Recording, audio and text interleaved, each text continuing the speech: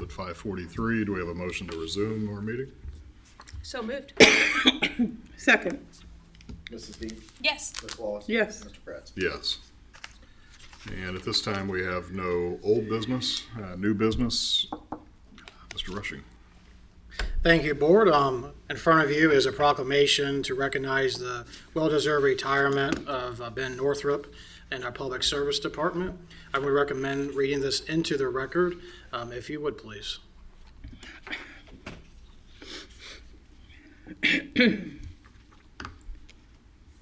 Resolution number 202-40722-admin-F, adoption date July 22nd, 2024. Recognizing Benjamin Northrup on the occasion of his retirement from Beavercreek Township. Whereas Benjamin Northrup began his career with Beavercreek Township in September 1994 as a part-time employee after serving our county in the Air Force for 2 years, and in May of 1995, Ben was hired as a full-time apprentice mechanic, and he was promoted to shop foreman in 2008. And Ben was named the 2011 Beavercreek Township Employee of the Year for his outstanding public service. And over the course of his 30 years of the service to Beavercreek Township, he earned several letters of recognition, along with numerous certificates and trainings, and Ben has announced his retirement effective December 18th, 2024.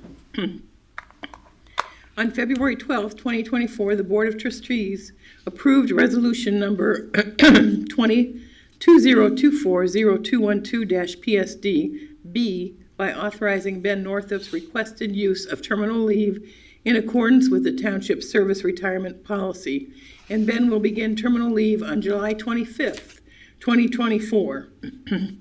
Now, therefore, be it resolved that the Board of Trustees of Beavercreek Township, Greene County, Ohio, extend to Ben Northrup their sincere and heartfelt gratitude for his exemplary service and dedication to the citizens of Beavercreek Township, congratulate him on his retirement. In witness thereof, we have therefore set our hand and caused the seal of Beavercreek Township to be affixed this 22nd day of July, year 2024. I so move. Second. Ms. Wallace? Yes. Mrs. Dean? Yes. Mr. Kratz? Yes.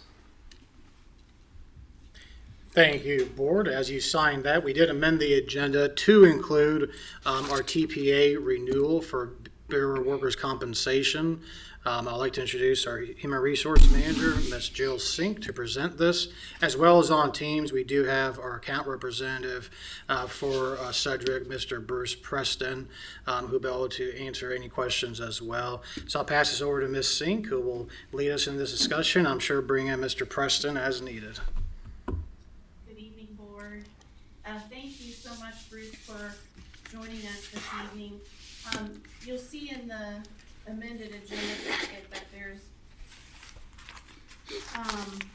a couple of graphs for your viewing. Let me just start by saying we're called upon to renew our group retrospective participation. That's by invitation of Sedgwick. Sedgwick is our third-party administrator, and they are the administrator that has a partnership with OTA that gives us the eligibility for the group retrospective rating. And so the things I thought were important were to note the amount of savings that we've gotten since we began participating in the group retro plan, which was in 2021. You'll see there in 2021 we got $7,103 in savings. So savings I define as our safety council rebate, our early payment discount, lapse-free rebate. But about $5,000 of that is refund from premium because we were part of the group retro rating. And then 2022, again, includes all of those rebates, but the refund on premium was around $15,000 of that $19,000. And so the graphs just kind of demonstrate costs versus savings. We've been with Sedgwick since 2017. So they've been administering for us since then, but we did join the group retro in 2021. Bruce had some excellent numbers to show me, and that's what I wanted him to show you because it's fairly complicated in my brain.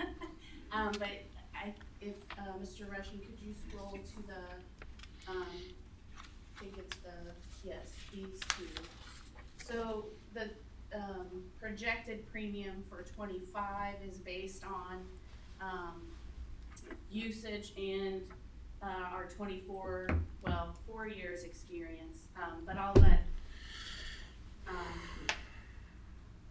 Bruce explain that. Can you still hear us? I sure can. Okay, great. So we lost our video feed, but I think the trustees have the 24 and 25 experience paperwork in front of them. Okay. If you could just sort of explain how the premium is calculated, I would appreciate it. Well, I'm not going to get too mathy this late in the day for everybody, but workers' comp is an insurance, and the more you use it, the more the state will charge you for it. The way that they determine what they charge you is based on a rolling 4 years of claims losses. It takes a claim year about 2 years to mature and enter your premium experience. And then it will remain there for 4 years until it drops off. So you have a rolling 4 years of losses. Unfortunately, there was a pretty large claim that occurred in 2018. And when it hit your experience, it was larger than all the other years put together. Now, the good news for your injured employees is that workers' compensation fully funds everything related to their claim. So they don't have an out-of-pocket or any copay or anything like that with workers' comp. And even though the claim falls off of your experience, if your injured employee still needs to treat on a claim, they can treat on that claim as long as they need to. There's no lifetime maximum and no cutoff. So when the claim from 2018 entered your experience, it caused your rate to go to a point where your modifier was a 0.96. What that meant is that you were getting a 4% reduction in rates, and the previous year you had been getting a 44% reduction in rates. So that was a pretty significant impact. It also made you ineligible for traditional group rating, and that's why you entered group retrospective rating in 2021. Now, the current year modifier is a 0.92, slightly down, so you're getting an 8% discount. But what I think Jill's referring to is when you look ahead to 2025 and those significant claims costs are off of your experience, next year we're projecting you to be at a 0.80 modifier or a 20% reduction in rates. And again, it has been since 2020 that you were below 0.96. So this is next year is going to be a very good year for you when it comes to reducing the rates that you're paying. And in conjunction with the group retro program, you'll be able to get rebates back off of those premiums that you're paying. And the program itself is a shared risk program. You're in with other townships. So it's not just how does Beavercreek do, but how are the other townships doing as well. And we have a cost containment unit that focuses on claims in this program, looking for settlements, looking for subrogation recovery, and also looking for disability impact recovery from the state. So there's a number of things we try to do post-cost to reduce your overall spend and increase the amount of rebates you're getting. The program is doing better and your program is doing better. And that's why we pay you, right, Bruce? Is Wow. help us manage costs and manage the claims as they work their way through the system. And the charming way I explain group retro. Right. And I will note as well that Sedgwick is our NCO, which we're required to have through workers' comp, and they work very well together preparing for this meeting. Bruce and his counterpart with the NCO had a joint meeting with me and reviewed all of our all the claims in our experience, what to expect. We talked about some problem things, and it's very helpful. And I have found in my short time here with Beavercreek that the customer service that I'm receiving from Sedgwick is unmatched. I call Angela with questions. She's our first point of contact, and she's always very helpful and instructional. So my recommendation is that we re-enroll in the group retro rating with Sedgwick for policy year 2025. Thank you. Questions? I had two questions. One was, how is the fee calculated? The $4,090. So we take a look at a couple of different things. Part of that fee covers your enrollment. So part of that goes to the OTA, and then it also covers our services as your third-party administrator. So they look at your claim volume and activity, they look at your premium size, and then that factors into what that final fee is going to be. Okay. And then is there any other risk pool that we should be considering, or as far as to either expand or to not necessarily expand, but to blend our risk in with a larger pool that would then put us into a better category when it comes to risk calculation when the actuaries crunch their numbers? Sadly, there's not. So with the Bureau of Workers' Compensation, when they pool employers together or group them together, they have to be in the same industry. So we have to put your township with other townships. We couldn't put you with cities or counties or manufacturers. And because of that, that limits the number of offerings that can be had because the number of townships are finite. So the group rating program does not have an awful lot of discount tiers in it available. The group retrospective rating program is a much larger program, and those two really are the only two available. You could take it on your own and go with your own risk, but at your level of premium, I think that might just be too risky. Okay. Any other questions? I didn't have any. Okay. And then thank you, board. Thank you, Bruce. I appreciate your time. There is a sample motion and your printed copy in front of you of the amendment to the agenda.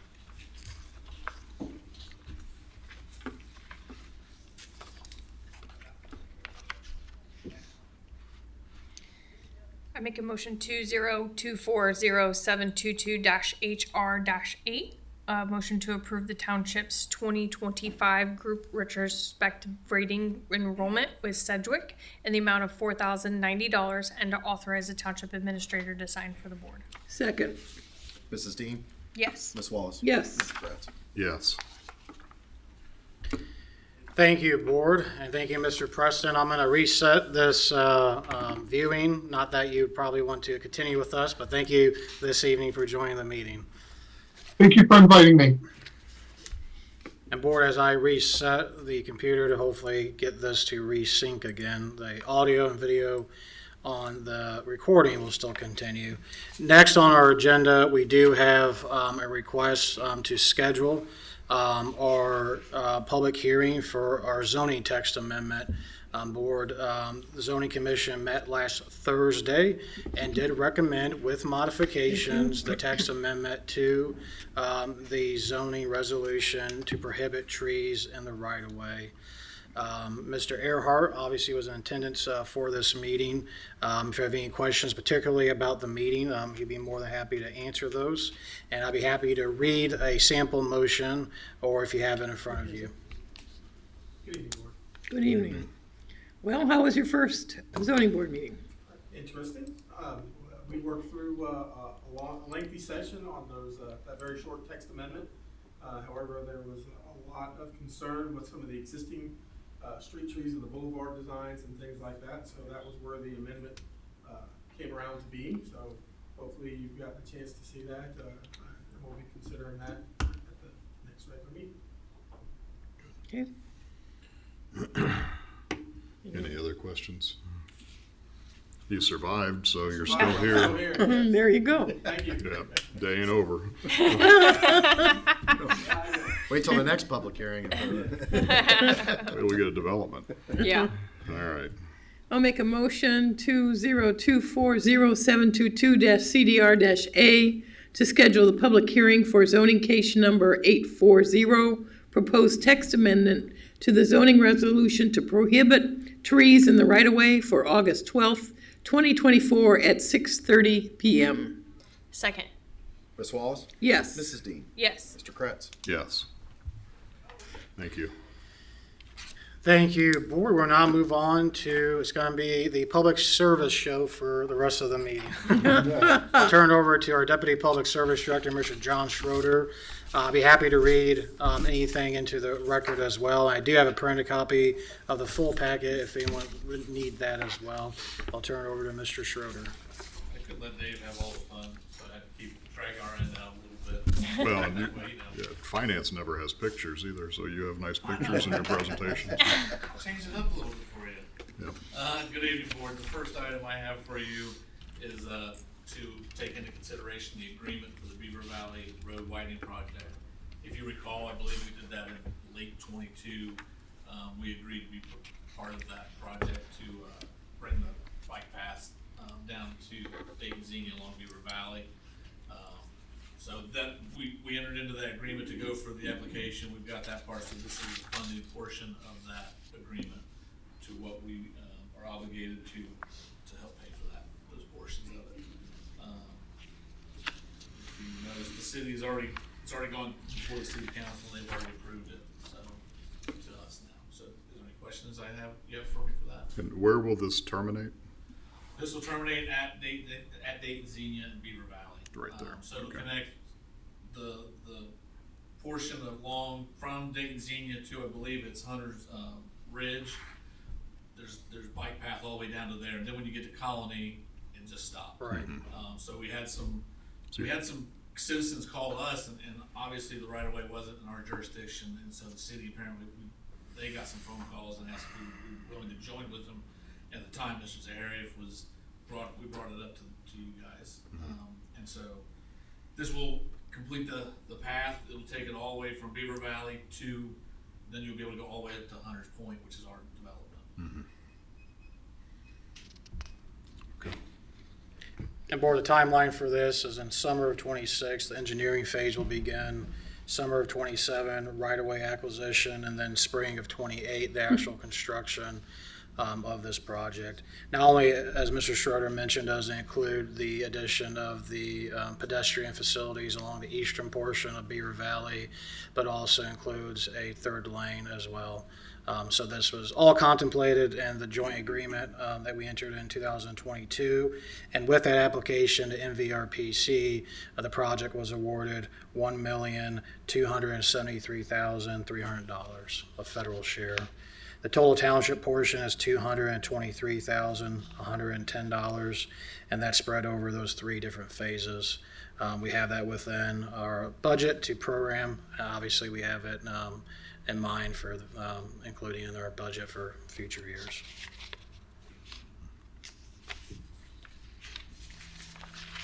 The resolution to be passed as presented. I'll make, Quick question, the right of way, so they're ready, have the agreements in place to purchase the right of way, so it's a known cost? So the right of way, they have that certain, They're just, they're own that keeping the right right, of they're way. not Like, we don't have expanding to it. We don't have to Okay, have any you're gonna place it in the property. existing right of way, there's no acquisition, okay. Right, so that third lane gets added to his, Right. which allows us to have 3 lanes that bike. Okay. okay, And the recommended is the Beaver Valley Road Widening Project agreement by and between the city of Beavercreek and Beavercreek Township be passed as presented. Right, and the reason I asked that question is because this actually says acquisition of right of way. That's why okay, but there is no right of way to acquire, Correct. okay. Go. this- I recommend pass the Beaver Valley Road Widening Project this- this- by and between the city of Beavercreek and Beavercreek Township as presented. So moved. Second. Ms. Wallace? Yes. Mrs. Dean? Yes. Mr. Kretz? Yes. And Mr. Rushing, to be clear, is the one that's in our packet. In your packet. Okay. All right. Thank you. Thank you. All right, second item, you thought you were going to. Oh, no. I'm here No. for a while. You've got Second item a that whole list, it looks like. is the salt swap for G for our salt that we do every couple of years. Part of the combined bidding effort with a lot of counties around. Okay. This year, salt came back in quite a bit lower than what we're used to. This past year, we paid 94, I think it's 17 or 71 dollars per ton.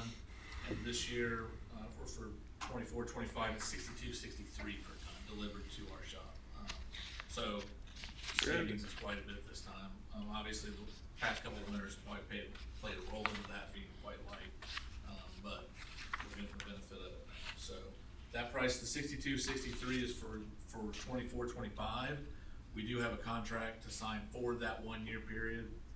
And then again, we will revisit that again in 25, 26. The price went up to 72.63. That's the forecasted price for them. So again, we would sign a new contract next August for 25, 26. Are there any questions? And one question on that. So on the 62, 63 per ton, is that a one and done? You place your order, or can you add to that before this period expires? Right, we have the whole year to, we'll buy at that At price that. the whole year long. So Okay, if we for that want 12-month to- period. So the 11th month, if you needed to add to it for the following year, you could. Correct. Okay. And they've gotten rid of the quantity. So if I said 1,000 tons, if I said I want to reserve 1,000 tons, we're held to, we have to order the 1,000 To tons. guarantee whether it, right. Be or not. So they've gotten rid of that language, and it's more or less at this point, so we're Okay. not locked into Good. a certain. No, that is tonnage good. we have to Fill the get, barn so. before you, yeah, and- the price runs out. As you recall, we filled the barn earlier this year, so we're starting off with a good supply of salt. We're full right now, so We are full now. we're full. Well, from the city and everything else, yeah. Yeah. Okay. Okay. I'll make a motion 202407222-PSD-B to approve the 2024-2025 SWOP 4G rock salt contract as presented and allow the township administrator to sign for the board. Second. Ms. Wallace? Yes. Mrs. Dean? Yes. Mr. Kretz? Yes. The next item I have before you is this is the library entrance project. The first one I have here for you is to reject the proposal from Myra Paving. The reason why is because that bid came in over 110% for the project. So per ORC, which Mr. Rushing looked into, it needs to go back out for rebid. Can you piggyback on that with the next, so that we So, can do them both at the same time? I can do that for sure. So the second one is to accept the amended engineer's estimate. So when they did the original, and I didn't catch it and so on and so forth, but, so their quantities were off dramatically. During that process, I received no questions from any of the bidders to point that out. So that time period had come and gone, and then when we got to the bid due date, that's when we noticed it. So by that, nobody asking questions, we were still held to that engineering. Okay. So the amended estimate, as you can see in your document, and now is at, and we also added, in the amended estimate, we added the addendum or the alternate for thermoplastic striping, which is lasts longer than paint, so on and so forth, so we get longer life out of it. So there is an alternate in there, but you can also see the updated bid of $100,620 is the engineer's estimate now. So by doing so, by rejecting that and then doing this, it would take us to the third phase, which is putting it back out for rebid. Okay. Are there any other questions I can answer for you on that? But with the engineer's estimate, they just made an error or? Their calculations, they Were were off. off dramatically in their, whether they had asphalt at $3 a cubic yard when it should have been about 510 10, something like that. So it was quite it was off. But again, we didn't receive any questions from people that were wanting to bid, so it just You never came to the wouldn't, forefront. yeah, you wouldn't have Had we seen it. known, we could have answered the questions at that point in time. We could have gone a different route, but nobody asked any questions, so that time came and went.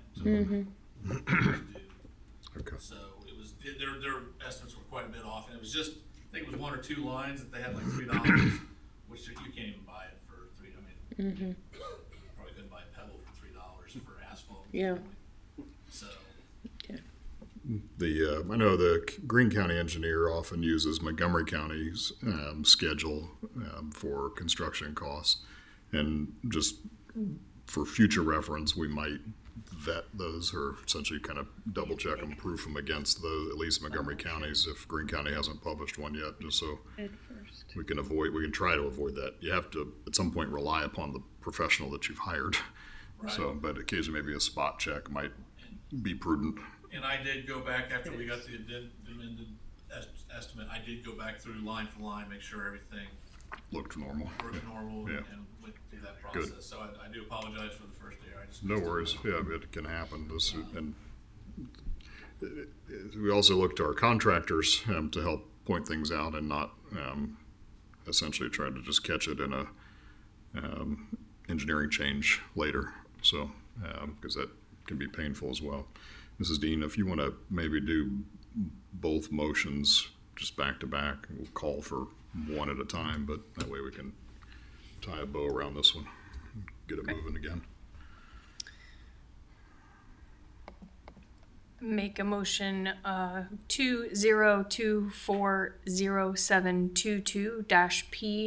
20240722-PSD-C to reject the bid from Nera Paving Inc. for the Carroll Graph Beavercreek Library Parking Lot Improvement Project due to being greater than 110% of the original engineer's estimate. And That's it. Second, Mrs. Dean, yes, Ms. Wallace, yes. Mr. Kratz. Yes. Page 38. yes. And motion 20240722-PSD-D, accept the amended engineer's estimates for the Carroll Graph Beaver Creek Library Parking Lot Improvement Project as presented. Second, Mrs. Dean, Yes. Ms. Wallace, yes. Mr. Kratz. Yes. Thank you. This takes us to the third one. So now we have the new amended engineer's estimate. I've redone the RFP on this one, so we're gonna, essentially, if you approve it tonight, we will put it back on the website tomorrow. We will put it out until August 6th, which then we'll go back through the process, and then we'll bring it back before you for selection of a winner of the bid. Okay. Questions on that? Did you advise the people that had the bid in prior? I spoke with them at length and gave and explained the whole reasons, what happened and went through obviously ORC dictates that. He understood all that, so I told him to look for it if you guys, on Tuesday morning, if the board passes it, to rebid it. So he understood all of that. How many bids did we get the first time? First one was 30. Obviously with this one, we've shortened it up. Obviously, we only had one bid. And again, so we advertised it the first time through the website, social media, and through the newspaper. The newspaper ran for about a week every day. And we still only received one bid. Now, some people say, well, we probably only got one bid because of the discrepancy in the estimate, but I didn't receive any other questions from anybody bringing that forward, so. What was the 30 you referenced? You said you had 30. We did 30 day, we did. Oh, you did a advertisement was 30-day days. advertisement. I'm sorry. Gotcha. We did- Okay. But one That's bid, what it was open for, was 30 days. only one bid came in. Okay. Correct, so, but we didn't receive any questions on the discrepancy, so the camp is, yes, Sure. it could be that chased people off, or that there's just not that much interest in, and we have the one bid, so Sure. we shortened it up for essentially 2 weeks, and get it back before you guys, so that we're trying to keep moving forward and we don't get pushed deeper and deeper back into the late fall realm. So that's the goal, and I can't dodge that, but that's what we're trying to do. Ms. Frick said on, and I can't remember which section of the Ohio Revised Code it is, but when we can go into executive session, when there's the opportunity for a competitive situation to be compromised. So when we get an engineer, so number one, do you publish the engineer's estimate essentially in your bid package or not? Everything is in, correct, in the bid package. So the drawings, the engineer's estimate, everything's in the packet when it goes out on the website. And so Okay. Okay. It just seems from a private sector point of view, it obviously puts out there kind of a guideline for where your bid should be. Doesn't mean that they will bid lower, higher, or at that number, but it certainly could steer an opinion. So I'm just curious. It just seems to always put the local government at a slight potential disadvantage, obviously, unless you under-spec it. So my question was more related to if that could be preserved somehow. And I don't know, Mr. Rushing was just asking me that. I'd have to go back and look at statutorily if we could do that, but Okay. I'm The not law sure I contemplates can. that we have to approve the engineer's estimate in a public meeting, so therefore it has to be in a public setting. I mean, that's already public then. Now, the law doesn't specify that we have to advertise it, but it has to be approved in a public meeting, Yeah. so the information's out there. Okay. That's fine. I'll make a motion 202-40722-PSD-E to approve to re-advertise from July 23rd, 2024 to August 6th, 2024, with bids due by 3:30 on August 6th, 2024 for the Carol Graff Beavercreek Library Parking Lot Improvement Project. Second. With discussions, the 3:30 is 3:30 PM? correct. Okay. Any other questions? Ms. Wallace? Yes. Mrs. Dean? Yes. Mr. Kretz? Yes. All right. The next one is the. Onward. This is, and Mr. Rushing can also answer questions on this. This is, the application for the OPWC for the Valley Belt Connector. In this document here is all of the criteria for that, that I've presented in here. So you have, go back through and look. You have the engineer's estimate, you have the application, the CFO certification, and the scoring methodology and authorizing legislation. All of this can be presented, or can be passed as presented, but I'll gladly answer Mr. Rushing and then answer any questions you may have for this one. And board, just as a refresher, this is for the Valley Bell Connector Phase 1. Beavercreek Township was awarded the $1.5 million through the PDAC process through a federal appropriation. Of that $1.5 million, we have to contribute up to 20% of a matching fund to that. We are asking for a total of $577,149 from the Ohio Public Works Commission. A part of that is a loan, and that is strategic because we are asking to receive this in higher points. When we do self-scoring, if we asked it as a full grant, we receive lower scoring when we go through that self-assessment. The good news about OPWC is that all loans are interest-free. So there's no interest on this, and the repayment is 20 years.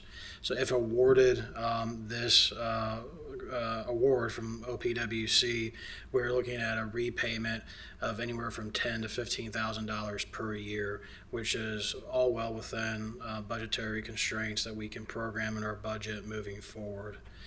With that, a bulk of the points are dictated at our district level. So although on the cusp of it, it does score fairly well. A majority of the points are somewhat arbitrary based off of the priorities of the actual district in which we lie. Due to us applying for this previously and not moving it forward, we don't necessarily anticipate the award, but it's low-hanging fruit. This is something that at the worst, they're going to say no, and then we move on to another funding source, and staff is already working through what that looks like and moving forward with that. So this is going to be submitted through their portal. It'll be reviewed at the district level and then ultimately dictated from there.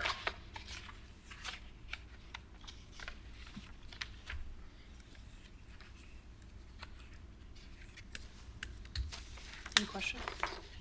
A sample motion on page 64. Making motion for resolution 20240722-PSD-F. Motion to allow the township administrator to prepare and submit an application to participate in the Ohio Public Works Commission State Capital Improvement and/or Local Transportation Improvement Fund, and to execute contracts as required. Second. Mrs. Dean? Yes. Ms. Wallace? Yes. Mr. Kratz? Yes.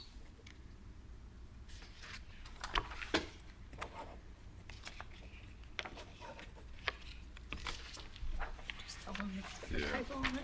Mr. Rushing, you've got I don't know if you got a typo where it says local. Okay. It just says LOAL. I don't know if you want to reprint and have a sign or if you are okay. I don't believe it matters. Do you? Okay. put No, the we title? can, You can amend it on the That's fine. resolution. yeah, for something like that.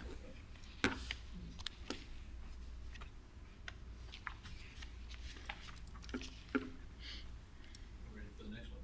I didn't wanna get too far ahead. Fire at will. The next one, this is for a window replacement, Station 62, window replacement and cabinets installation. So at Station 62, on the front lieutenant's office window, it is the original window from when they built the firehouse. Single pane, metal, very drafty. That office gets very cold in the winter and it gets very warm in the summer. So to do that, also that front door is in disrepair, very rusted at the bottom, doesn't present a good look for the station. So with this purchase, we're trying to replace the window, the door, and then have some cabinets installed above the refrigerators in the kitchen for the firefighters to store some more of their utensils and stuff like that. You'll notice in the points of light there that Gold Star, they were asked a bid and they came out and looked at it but never turned a bid in. So that's what happened there. And then we had the other two bids that you can see. I'm making the recommendation that, multiple services was obviously quite a bit lower than the overall price. But again, that's what we did. Is there any questions I can answer for you? Yes, ma'am. The only question I had, and the problem I had was, I don't mind the purchased, but I just wish they would have broken out, they just put 33,000. Why couldn't they say X amount for the door, X amount for the window, X amount for the cabinets? I mean, why can't they break it down? I just don't. And that's something next time we do the bids, I'll just have everybody break it out so that way you can see more of the line item. I mean, I just felt like they just pulled a number out of the air, and why can't, I just don't understand why they couldn't just break it down. Here's what this cost us, this is what this cost, this is, you add it up and that's the total. It just bothered me that any other time you buy an equipment or a cabinet or a refrigerator or whatever, you get the cost of each item. And when I saw that in the packet, I was like, well, where's the detail sheets? Okay. And there was nothing there. 33,000 is still $33,000. It's a lot of money. Correct, and so I do know, but to your point, I will definitely, next time we do it, we'll get more of a line item bid turned in. I do know with that window, there's quite a bit of extensive work to go above that soffit, plus it's in the brick, so I wouldn't say that it's off base, the price wise, I think it's probably right in where it needs to be, but, there's quite a bit of work with that old, I know there's essentially service. taking that window out of Right. block and soffit and stuff So like there's that. the equipment and the services, but like, how about if they said the door, the window was 20 grand? Then it would cause you to say, well, wait a minute, that's a lot of money for the window, and then how much you charging us for the service? I'm just saying, I would rather see a little bit more detail on a bid like that. I will make sure that next time we do something, that I'll get more of a line bid for you, that way that you have what the details that you'd like to have. That's not a problem. How big is the window? This window is probably about 6 feet in length, and then it cuts back probably about 2 feet. It's a corner window, has a vent on one side because that's the only window in the front area that has any fresh air opening. And it's gonna become a double pane, more better insulation, but it's probably every bit of 5 feet tall. I mean, it's a large window, and it's right in that corner. Well, why do we have to replace it as is? Why couldn't we bring it down? Why couldn't we make a 4-foot window or a 3-foot window and fill it in? You could do that, but then you're gonna change the brick layout, you're not gonna get matching brick from when Okay. that building was built in the 60s. Okay. Your brick's gonna look different, and to be honest with, to do that, I think you're gonna be looking at more of a, Cost. because of your mortar. Okay. You're doing your concrete work, your mortar work. I'm just thinking of that big a window, if we have a big windstorm or something, that's the first thing that's gonna go, Right, but again, I think you're starting to change the structure. the structure look. Got it. And the way it blends now is pretty good from when we had it remodeled. How many years ago was that, Dave? 10, 12. So the brick it fairly blends pretty good now, but I think if we did that section, It would I think not it would blend. stand out All right, and not look quite as good. thank you. Any other questions I can answer for you, or did I answer your question, sir? Yeah, you did. I mean, ultimately, I think I would agree more of a la carte quote would be helpful, just to help identify if there's one area where, if it's $20,000 worth of cabinets, is there another option or something of that nature? So, but you've vetted this, you're comfortable with their work, you understand the scope of work you've requested, Yes. and you assumedly have enough information to make a rational decision. So we'll trust your judgment. There's a sample motion on page 83 for the purchase. I make a motion to approve 20240722-PSD-G, purchase request to Multiple Services LLC for the replacement of the front window, door, and installation of kitchen cabinets in the amount of $33,000, and to authorize the township administrator to sign for the board. Second, Mrs. Dean? Yes. Ms. Wallace? yes. Mr. Kratz? Yes. Last item, and this is an easy one, this is just surplus equipment. It's a pressure washer that has served its life, and is no longer useful, no longer works. It gets quite a bit of use during the winter, pressure washing salt trucks, but, it no longer serves us any use, so. Be passed as presented. Did we use it a lot on the window? No, I'm just kidding. Maybe that's why it's leaking.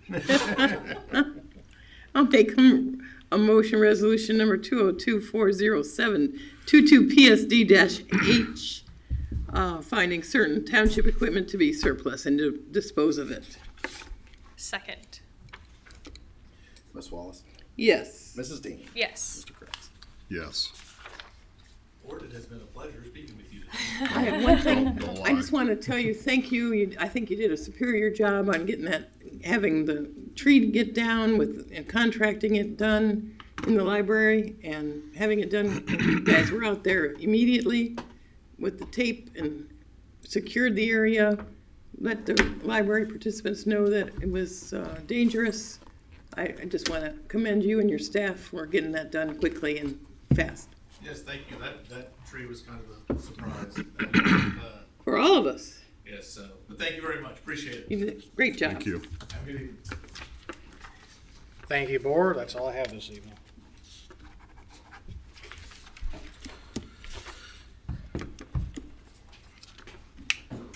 Chief, you had nothing? I'm sorry, You had nothing? nothing else. I appreciate your time, and I appreciate you guys allowing us to do it upstairs. It's good. No, it was I perfect. especially allow you letting us come back down here to the air conditioning. That wasn't optional. So, no, it worked out. It was a good experience. Ms. Frick? Nothing. Okay. Mr. Zaharian? I just want to thank Mrs. Molden for doing the board reports while I was on vacation. Thank you. We noticed. We appreciate it. Thank you. And they were so much better. Yeah, they were. They were on time, they were punctual, they were spelled correctly, it was great. Trustees, MVRPC, No meeting. TAC, That'll be in next meeting. Opioid Regional Task Force, We are still evaluating RFPs. Greene County Regional Planning, there is full commission tomorrow, and there is nothing on the agenda. Everything, pretty much Bath Township monopolized the agenda, so there's nothing really for Beavercreek Township. All Sugar Creek Township business and other sheets, and then all Bath Township zoning text amendments. Health Department. Just to mention again about guard care, Saturday, August 10th and Sunday, August 11th. Saturdays from 8 to 4 and Sundays from 8 to 3, and it will be at the Career Center. Next meeting will be on the first Thursday of August. Great. School Superintendent, City Manager. Just two quick awareness items. One, the opening day ceremony for Beaver Creek City Schools is August the 8th, starting at 8:30 a.m. in the field house at the high school. Invitation was sent to you by email. And also, I will have my monthly meeting with the city manager next week. But it is worthy to note, the city did have their annual retreat this past Saturday with several items I expect to come out of that. Thank you. Thank you. Right, Patterson Air Force Base Restoration Advisory Board. Greene County Water Wastewater Committee. No report. Township Association. There's no meeting in August, but they had, the meeting in, last month was about rural healthcare, and it was really interesting, done by the coroner. Very different. And Investment Oversight Committee. We had presentations at the last meeting, nothing as of today. Greene County 911 Advisory Committee, Chief Easter. Any update? No additional updates, meeting this Wednesday morning at 9 o'clock at Greene County. Thank you. Anything else to come before the board? If not, we have a motion to adjourn. So moved. Second, Mrs. Dean? Yes. Ms. Wallace? yes. Mr. Kratz? Yes, thank you.